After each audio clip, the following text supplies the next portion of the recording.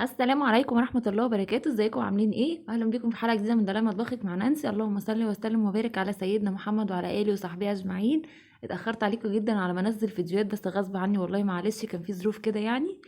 بس هنكمل الفيديوهات مع بعض. والله انا مكنتش ناوية انزل الفيديوهات دي، بس قلت زي ما بدأت معاكم التجهيزات بتاعة العيد لازم نكملها للنهاية مع بعض، حتى لو العيد يعني خلص خلاص.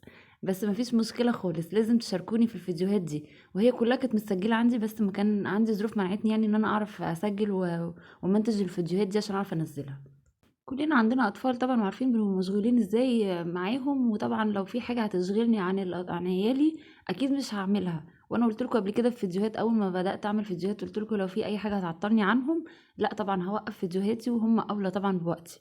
فانا والله ما كانش عندي وقت، بس مش اكتر. بس برضو هقول لكم عملت ايه في الفيديو ده، هيعجبكم جدا. بس يا ريت اللي مش مشترك في القناه يشترك، واللي ما عملش لايك يا ريت يعمل لايك عشان الفيديو ان شاء الله يعجبكم. انتوا شفتوا طبعا انا كنت لميت الكفرات من على الحبل، عشان كنت غاسله كل الكفرات اللي باقيه، واللي ما شافش الفيديوهات اللي فاتت يشوفها عشان يعرف انا كنت بقى وصلت لايه وبكمل في ايه. هنا كان البوتاجاز طبعا مع التجهيزات بتاعه الشقه وغسيل السجاد والترويق والتنفيض والكلام ده كله. انشغلت خالص عن المطبخ، كنت يا دوب بخش اعمل لهم الاكل كده واطلع. ولقيت المطبخ وصل، البوتاجاز بالذات وصل لدرجه وحشه جدا زي ما انتوا شايفينها كده. بس لقيتها فرصه برضو ان اوريكم انا هنضفه ازاي، هرجعه تاني لجودته ولمعانه كده وجماله كانه جديد ازاي. ففرصة. انا عمري ما وصلته للدرجة البشعة دي، بس مش مشكلة يعني، هوريكم هعمل معاه ايه. انا هنا هعمل لكم طريقتين. اول طريقة لو انت مستسهلة وعندك مثلا اللي هم بتوع المساحيق اللي بيبيعوا المساحيق وكده، بيبقى عندهم باور جاهز، اللي هو مزيل الدهون يعني، بيكون جاهز. فانا جبت شوية، ما جبتش كتير عشان عايزة اوريكم بس الفرق ما بينه وما بين اللي احنا هنعمله دلوقتي. فده جبت شوية وحطيتهم على كده على العيون. هي العيون كلها ما كانتش متوسخة قوي، بس كان في كام عين كده اللي انا بستخدمهم اكتر الوقت، فهم اللي كانوا متدمرين نهائي يعني، كنت شايفين منظرهم عاملين ازاي. بس طبعا انا وريتكم جاهز، ووريتكم اللي انا هوريكم دلوقتي اللي انا هعمله. سهل جدا وهيطلع كمان احلى من الجاهز. كده خلاص انا حطيت عليهم، هسيبهم بقى شويه كده مع نفسهم لما يزيلوا الدهون كده واحده واحده، عشان لما اجي اغسلها الاقيها تطلع معايا بسهوله جدا. الطريقه التانية طيب اللي هي ايه، لو انت ما عندكيش مثلا بتاع مساحيق وبيبيعش البابر السايب دوت، هتعملي ايه؟ ابعدي بقى عن الحاجات الجاهزه والكلام ده كله ومكلفه جامد والكلام ده، لا احنا هنعمل حاجه تانية دلوقتي. حطيت خل زي ما انتوا شفتوا كده، وحطيت عليه بيكنج باودر. حطي عليهم، وفي الاخر ممكن تحطي في طبق. ممكن تحطي في طبق التركيبه اللي انا هقولك عليها دي، عشان هتستعمليها في كذا حاجه. ممكن تستعمليها في السيراميك بتاع المطبخ، ممكن تستعمليها في العيون برضو، في البوتاجاز. فانت لو مش هتستخدمي البوتاجاز بس، ممكن تعملي في طبق وتستخدمي بقى الحاجات التانية. حطيت عليها ملح، وحطيت خل، وحطيت عليها بيكنج باودر. وهحط مسحوق برضو اللي هو بريل من عندي، اذا كان عندك البريل السايب او البريل اللي هو العبوات الحاجات الجاهزه، مفيش مشكله خالص، اي نوع من الموجود عندك حطي. وده كلور، حطيت عليها برضو كلور. وحطيت برضو، ما اكدبش عليكم، حطيت ليمون، بس هو ما ظهرش معاكم اهوت يعني، كنت حطيتها بعد ما خلصت افتكرته ورحت راجعه ايه حطاها. وبمسك كده السفنجة زي ما انتم شايفين بتاعة المواعين، بوزع انا كده، مش بغسله، انا بوزع بس التركيبة اللي عملتها دي في كل حتة في البوتاجاز. الخل جميل جدا، بينضف معاكي وبيخلي بيلمع البوتاجاز قوي يعني، بيبقى جميل، بيخليه بعد ما بيخلص تنضفيه كده بتلاقيه بيبرق معاكي كده. بصوا انتوا طبعا شايفين العين اللي من هنا على الشمال دي، اكتر عين متأثرة جامد مبهدلة، عشان انا بحب استخدمها اكتر حاجة. فتخيلي بقى ده التركيبة اللي انا عملتها هتعمل فيها ايه. مسكت برضو الحمالات اللي هي بتاعت البوتاجاز دي، عملت فيها نفس التركيبة برضو، ومسكتها قلت ايه كده هنقعها شوية، وسبتها شوية، وجيت اوريكم بس جزء منها ان هي بتطلع بسهولة ازاي. بس هي كانت محتاجة وقت اكتر يعني، المفروض اسيبها وقت اكتر من كده. بصوا لما لقيتها بدأت تجيب معايا دهون، مش من مكان يعني، مش من بقول لك ايه، من من القاع بتاعها، فلقيتها بتيجي من على الوش، رحت حاطه عليها تاني التركيبه وهسيبها شويه تاني. نفس التركيبه اللي انا عملتها دي هسيبها شويه تاني يعني. المفروض الموضوع دوت بالنسبه للحمالات دي ما تسيبوش اقل من ساعه. سيبيها ساعه كده منقوعه فيها، بس غرقيها كويس. والله بتطلع معاكي بسهوله جدا. انت لو مستعجله مثلا عايزه تعملي الاكل والصبح واقفه في المطبخ والكلام ده، ممكن ما تستنيش ساعه، اعمليها نص ساعه كده وانت واقفه، اقعدي اعملي بالسكينه كده، لو بتطلع بسهوله يبقى خلاص. انت يمكن الدهون فيها مش ماسكه جامد، فاشتغلي فيها على طول، اغسليها وبعد كده ايه رصي عيونك عادي واشتغلي واستخدمي البوتاجاز. حسيتي ان هي بتعصلك معاكي شويه تتعبك، حطي عليها التركيبه وسيبيها تطول مده اطول. بصوا بتخلي العيون بتطلع جميله والله، الحمالات بتطلع بتلمع. وبصوا البوتاجاز زي ما انتم شايفين نازل عليه اللي انا بقشره ده، بينزل عليه بسهوله قوي. انا بقى شلتهم وقلت بقى اغسل البوتاجاز زي ما انتم شايفين كده. حطيت تاني بريل لان خلاص التركيبه دي كانت مسكت بقى في البوتاجاز، فعايزه تاني عشان هبدا استخدم السلكه. ولبست كده جوانتي في ايدي عشان طبعا المواد الكيماويه دي ممكن تاثر على ايد، وانا كمان كنت قبلها غاسله حاجات وسجاد وتنفيض، فايدي كانت تعبانه، فما كنتش هستحمل ان انا الكلور يجي في ايدي وهيتعبني اكتر. فبصوا زي ما انتم شايفين، ولو في سلك الصيني بيبقى جميل قوي، يعني بيطلع معاكي الحاجات دي بسهوله جدا.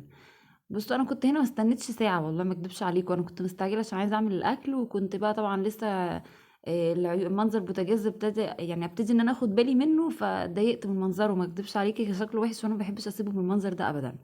فلقيتها لسه الدهون دي ماسكه شويه، فروحت جايبه برضو نفس التركيبه، حطيت عليها وسبتها شويه، ما غسلتش في ساعتها والله ما اكدبش عليكي. ممكن تساعدي بسكينه برضو هتطلع معاكي بسهوله قوي، بس لو انت مش مستعجله سيبيها شويه هتطلع. ولو خلي بالك لو عندي السلك الصيني، انا كنت مستخدمه السلك اللي هو العادي البلدي ده، السلك الصيني ده بيطلع معاكي الحاجات دي بسهوله جدا. ده بيبقى ناعم خلاص بقى مغشوش بصراحه وناعم، ما بينضفش اللي بالك فيه يعني. عايز لو البوتاجاز مش متبهدل قوي كان هينضف كويس جدا معايا. فانا قلت هخليه في التلميع، اما اجي المع البوتاجاز هلمع بيه. بس ايه، بعت بنتي تجيب لي اللي هو السلك الصيني ده، وقلت لها تجيبهولي اللي هي القطعه اللي على بعضها دي عشان اعرف انضف بسهوله البوتاجاز، واروح ملمعه بالتاني. ممكن تستخدمي السكينه وتطلعي الكلام ده كله. خلاص عرفتوا التركيبه دي جميله قوي، لو عملتيها في العيون والله هتطلع معاكي بسهوله جدا وهتنضفها معاكي على طول. بس انا عشان الوقت طبعا وكان وقت عيد، فكنت عايزه يعني اعمل حاجات في الانجاز شويه.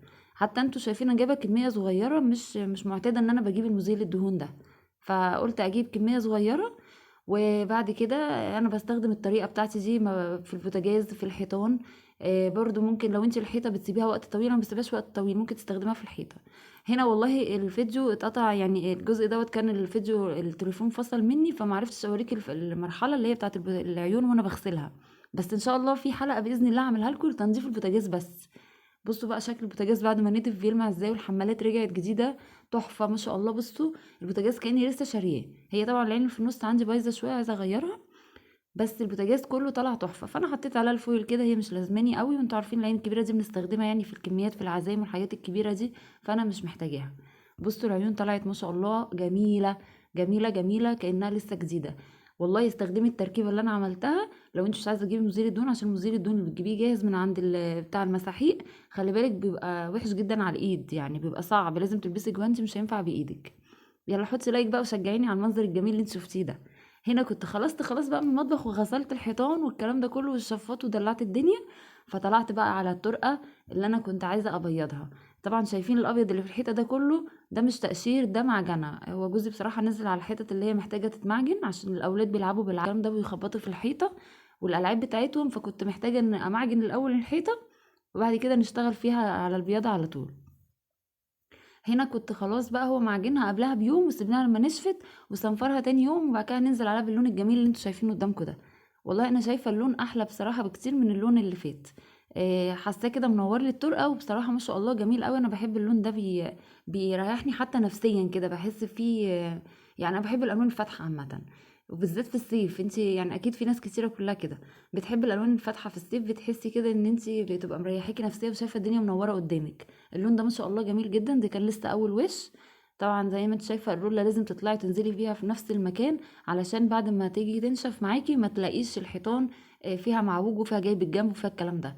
كل الاجزاء اللي هو سايبها دي انا بمشي عليها بقى بالفرشه، وببدا اغطيها، هو بيخلص وانا ببقى ماشيه بس في الاجزاء دي اعمل بالفرشه. هنا لسه كان فوق الباب لسه. خلصت الجزء اللي هناك، فحبيت اوريكم منظر الفرق يعني. وفي اجزاء لسه برضو دي في رولة صغيرة بتتباع، الرولة الصغيرة دي ممكن تمشي فيها في الحتت دي، وممكن تستخدمي الفرشة.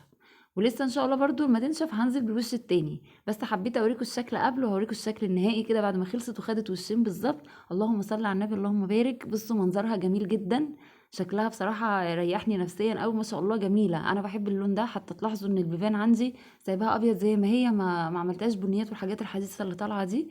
انا بحب اللون الابيض، بحب الاصفر الليموني، حاجات اللي هي الالوان الفاتحه دي، الروزات الكلام ده. حتى اللون اللي فات ده لما حسيته غامق شويه حبيت اغيره، وسبت الخلفيه دي زي ما هي عشان بصراحه حسيت ان هي هتليق جدا مع اللون الجديد. وانا عندي السجاده لونها ذهبي في بيتي، فهتبقى لايقه قوي. هو مش ذهبي، هو لون تحسوه كده ايه عاطي على ليموني شويه، وهي نبيتي، فانا شفت التركيبه اللي في الحيطه دي بصراحه تبقى لايقه جدا معاها. بصوا الشكل بعد ما خلص. هي طبعا لسه الاكباس بقى دي اللي نزل عليها البويه، هضطر طبعا لسه هغسلها. بس الشكل جميل. ولو لاحظتوا الصاله هناك هتلاقوا برضو واخده درجه من الدرجه اللي هي في الحيطه دي، بس الاغمق منها حاجه بسيطه. بس بصراحه انا بحب اللون ده. قولوا لي رايكم في التعليقات بجد، ايه رايكم؟